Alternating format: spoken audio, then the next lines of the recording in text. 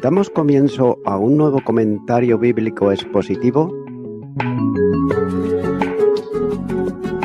Servidores de Dios. Quien te habla es Manuel Cornejo. En esta ocasión estaré compartiendo en el Evangelio de Mateo, capítulo 8 y versículo 4, donde dice: Entonces Jesús le dijo: Mira, no le digas a nadie, sino ve, muéstrate al sacerdote y presenta la ofrenda que ordenó Moisés, para testimonio a ellos.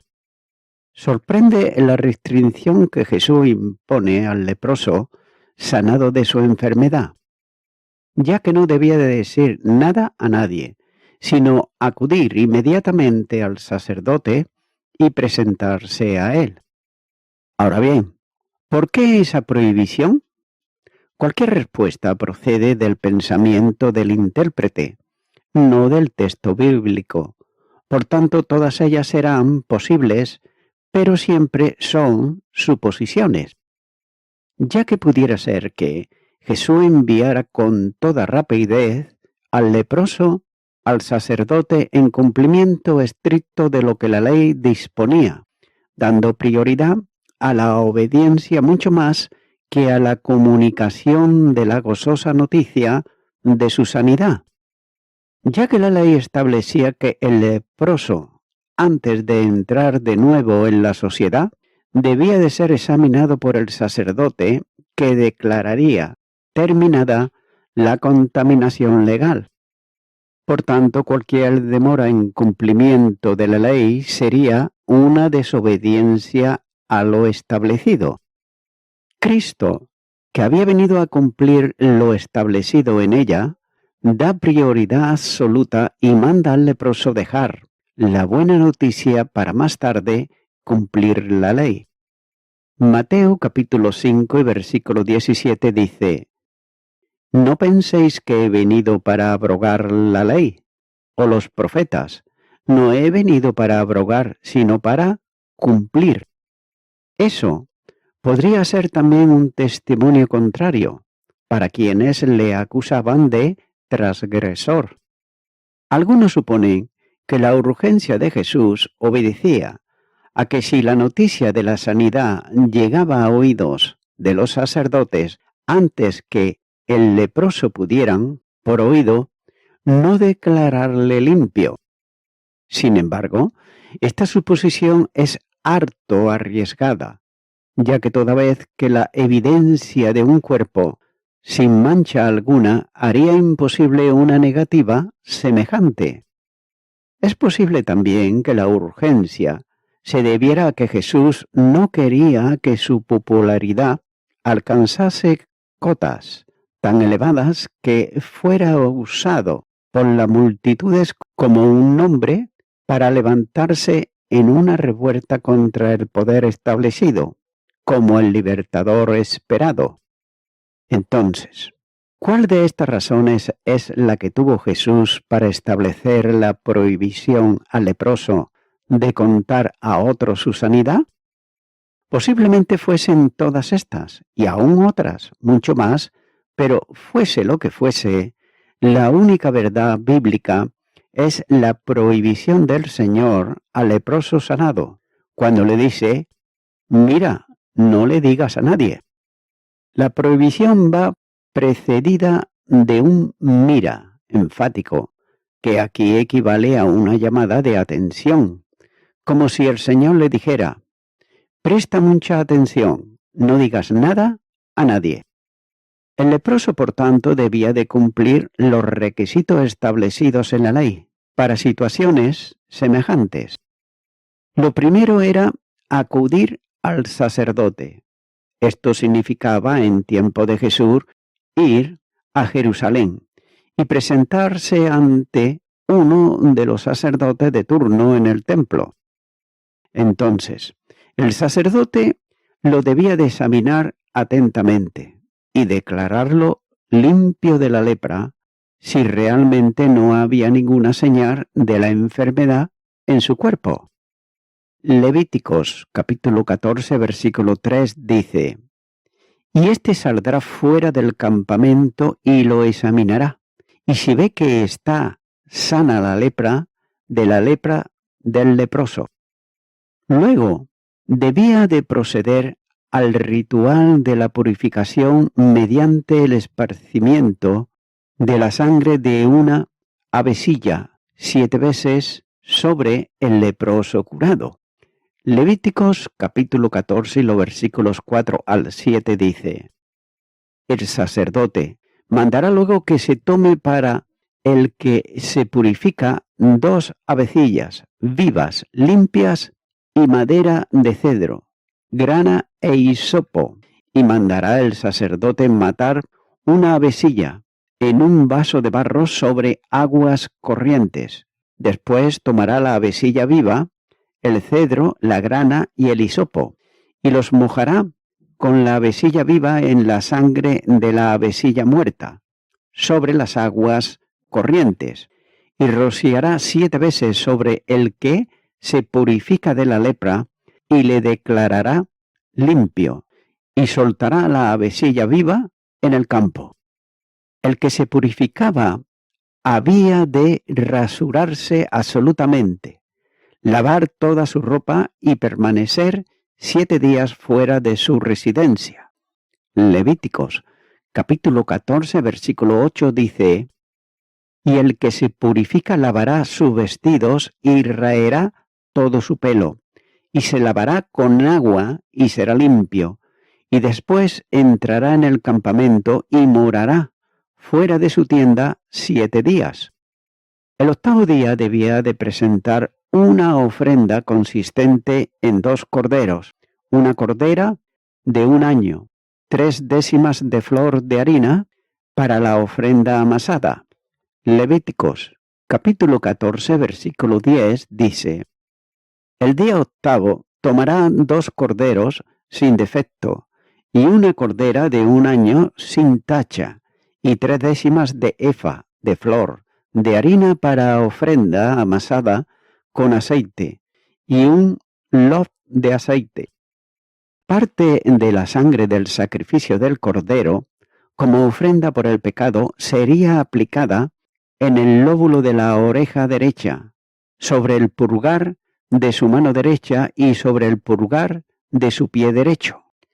Levíticos capítulo 14, los versículos 13 y 14 dice: y degollará el cordero en el lugar donde se degüella el sacrificio por el pecado y el holocausto, en el lugar del santuario, porque como la víctima por el pecado, así también la víctima por la culpa es del sacerdote.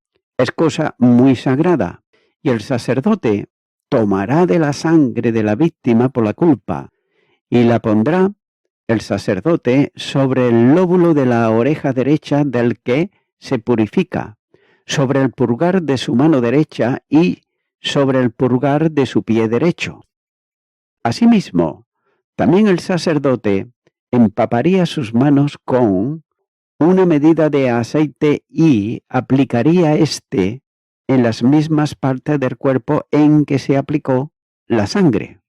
Levíticos capítulo 14, los versículos 15 al 17 dice: asimismo el sacerdote tomará del lof de aceite y lo echará sobre la palma de su mano izquierda, y mojará su dedo derecho en el aceite que tiene en su mano izquierda, y esparcirá del aceite con su dedo 7 veces delante del Señor, y de lo que quedare del aceite que tiene en su mano, pondrá el sacerdote sobre el lóbulo de la oreja derecha del que se purifica, sobre el pulgar de su mano derecha y sobre el pulgar de su pie derecho, encima de la sangre del sacrificio por la culpa.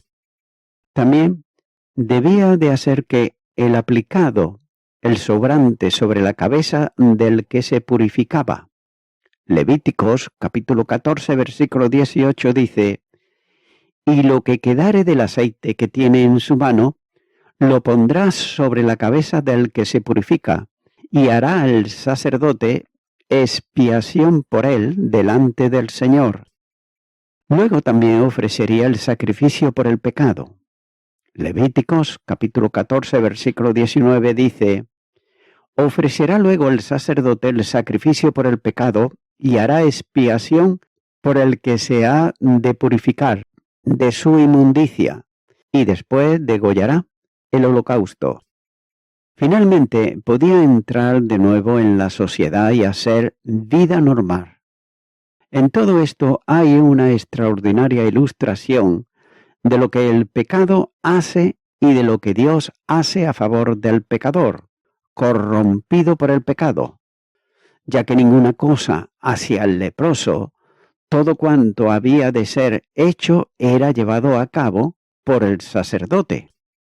El sacerdote salía fuera del real para atender al leproso que había dejado de serlo.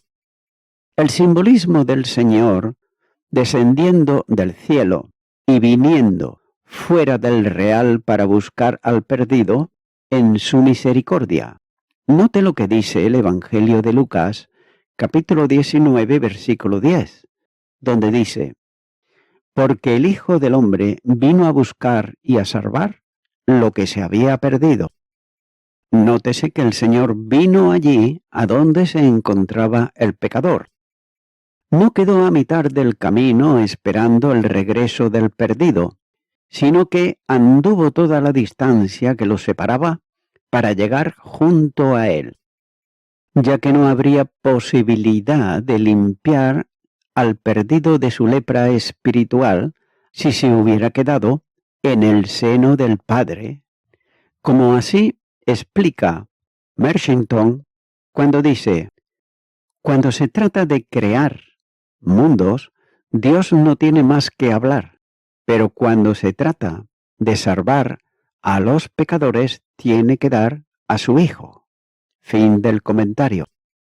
El derramamiento de sangre complementaba la salida del sacerdote al encuentro del leproso. Todo el ceremonial siguiente discurría con la aplicación de la sangre de los sacrificios, comenzando por el de la avecilla. El sacrificio de Cristo limpia todo pecado. Para la extinción de la impureza que distanciaba al creyente de Dios, tuvo que dar su sangre, ofreciéndose a sí mismo. Hebreos, capítulo 9, los versículos 11 y 12, dice: pero estando ya presente Cristo, sumo sacerdote, de los bienes venideros, por el más amplio y más perfecto tabernáculo no hecho de manos, es decir, no de esta creación, y no por sangre de machos cabríos ni de becerros, sino por su propia sangre, entró una vez para siempre en el lugar santísimo, habiendo obtenido eterna redención. El pecado no importa la dimensión que a ojos humanos alcance, es algo terrible delante de Dios, ya que el más pequeño ha costado la vida de su Hijo. Para que un pecado, por insignificante que parezca, puede ser perdonado, tuvo el Señor que ofrecerse a sí mismo. El leproso era declarado limpio desde el momento en que el sacerdote aplicaba la sangre sobre él. Note que Jesús llevó nuestros pecados en su cuerpo, sobre el madero, para limpiarnos de toda inmundicia y permitir nuestra entrada a la casa de la familia de Dios. La sangre aplicada a la oreja, la mano y el pie era una ilustración de la redención plena del creyente en Cristo. Ningún pecado queda pendiente de expiación. Por tanto, ya no hay condenación para quien está en Cristo. Romanos, capítulo 8 y versículo 1 dice: ahora pues, Ninguna condenación hay para los que están en Cristo Jesús, los que no andan conforme a la carne, sino conforme al Espíritu. Pero queda todavía la figura de la aplicación del aceite sobre las mismas partes del cuerpo y de la cabeza.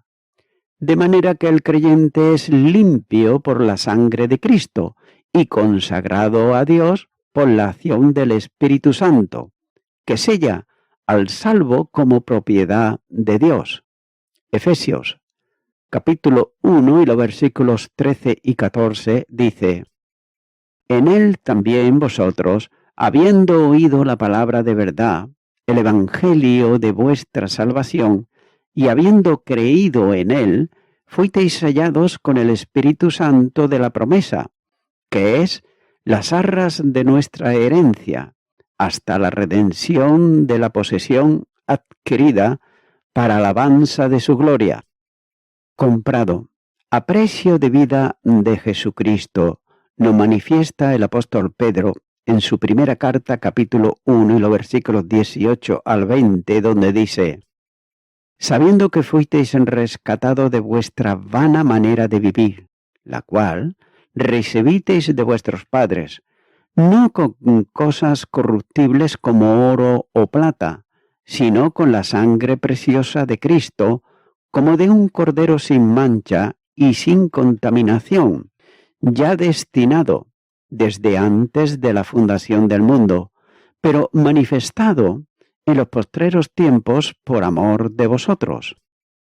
Note que es consagrado por Dios a su servicio, para ser por siempre su hijo adoptado en el Hijo, y pasar al pleno disfrute de la sociedad celestial de los redimidos, ahora en la vida física y luego en la eterna realidad de una iglesia gloriosa en los cielos. Continúa ahora con el versículo 5, donde dice: entrando Jesús en Capernaum, vino a él un centurión rogándole. Nótese que en este versículo Mateo no está interesado en una cronología de hechos, sino en una cristología cuyos hechos expresan la condición divino-humana de Jesús de Nazaret. La identificación del tiempo en que ocurren los sucesos es una característica del Evangelio. Es más, se trata de milagros que ocurrieron simultáneamente en un mismo tiempo o son hechos históricamente enlazados entre sí. Note que la hilación del pasaje está en el entorno de Capernaum y después de entrar él en Capernaum, donde ocurren los hechos. Es evidente que Mateo ordena el material del Evangelio presentando una predicación de Jesús y luego un grupo de milagros. Por tanto, el ordenamiento es temático, mucho más que cronológico.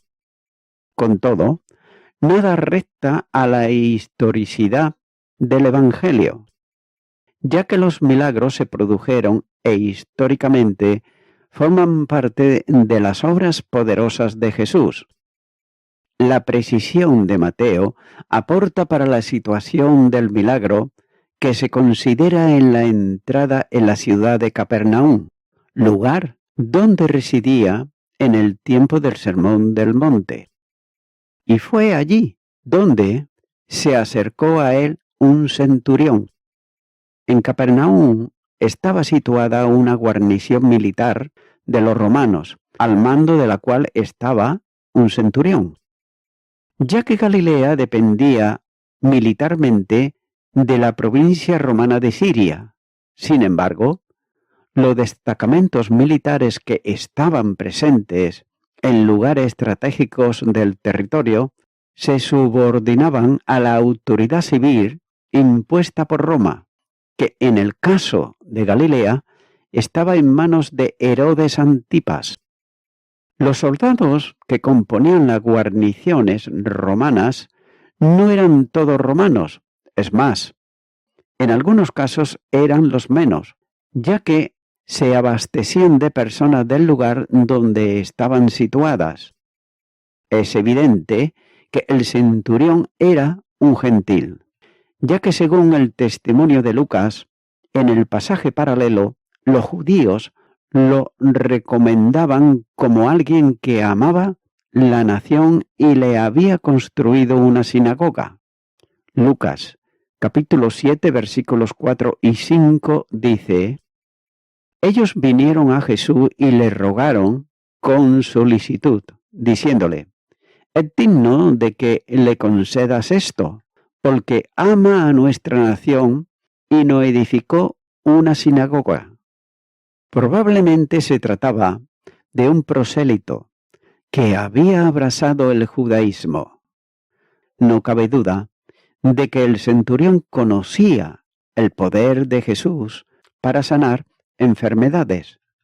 Lucas, capítulo 7, versículo 3 dice: Cuando el centurión oyó hablar de Jesús, le envió unos ancianos de los judíos, rogándole que viniese y sanase a su siervo. El relato unido al pasaje paralelo de Lucas ofrece la perspectiva de haber enviado antes una misión de ancianos de los judíos, con el propósito de que atendiese el ruego que le iba a formular, lo que conduciría a Jesús a la determinación de ir a casa del centurión para socorrerle. Mateo evita esta parte del suceso para presentar directamente al centurión, compareciendo delante del Señor. El centurión vino al encuentro de Jesús rogándole.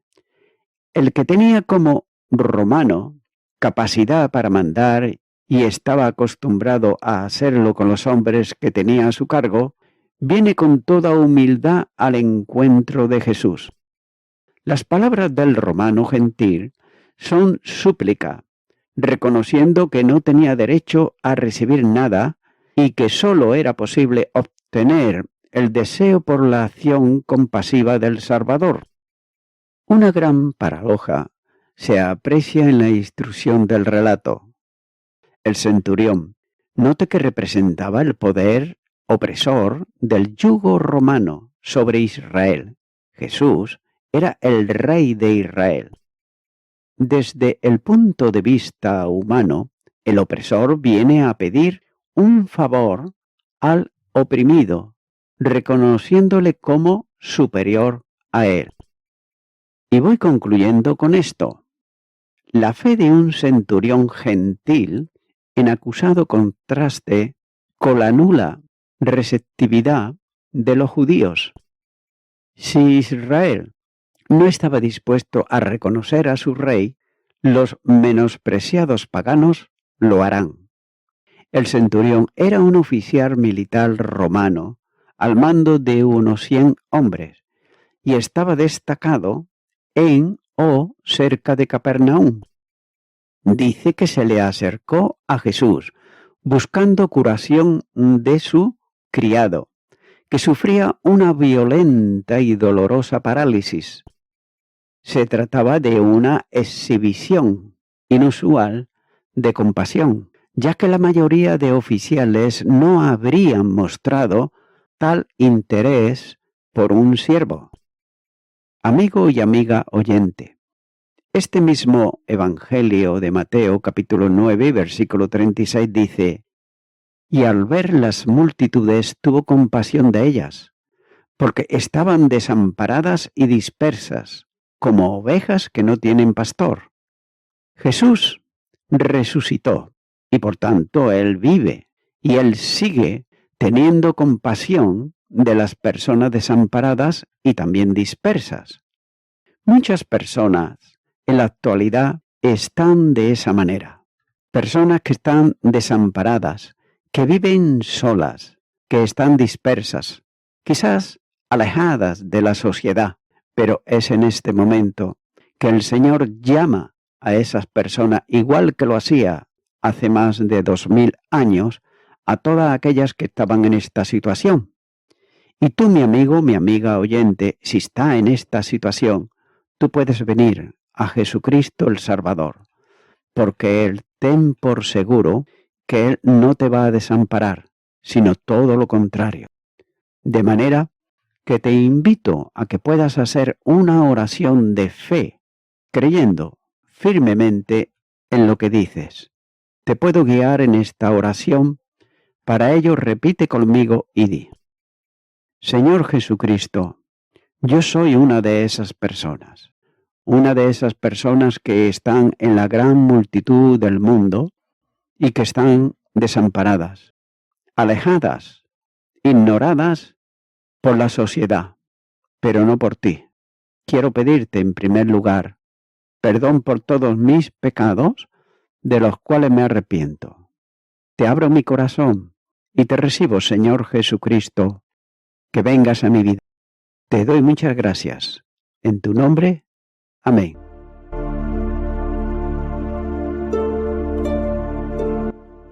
Amigo y amiga oyente, si tú has hecho esta oración de corazón, te recomiendo que comiences a orar a Dios, en primer lugar, en el nombre del Señor Jesucristo. Orar a Dios no es rezar, sino que es hablar con una persona. También te recomiendo que leas la palabra de Dios y lo hagas a diario. Comienza, por ejemplo, con el Nuevo Testamento. Y también, por último, te recomiendo que para que puedas crecer espiritualmente, te congregues en una iglesia cristiano-evangélica, donde se predique, se enseñe y se practique la sana doctrina y la palabra de Dios. Congrégate ahí y con el tiempo podrás crecer espiritualmente y también servir al Señor Jesucristo. Que Dios te bendiga. Y a toda la audiencia, nuevamente ya me estoy despidiendo de todos ustedes y será hasta el próximo programa. Que Dios os bendiga a todos.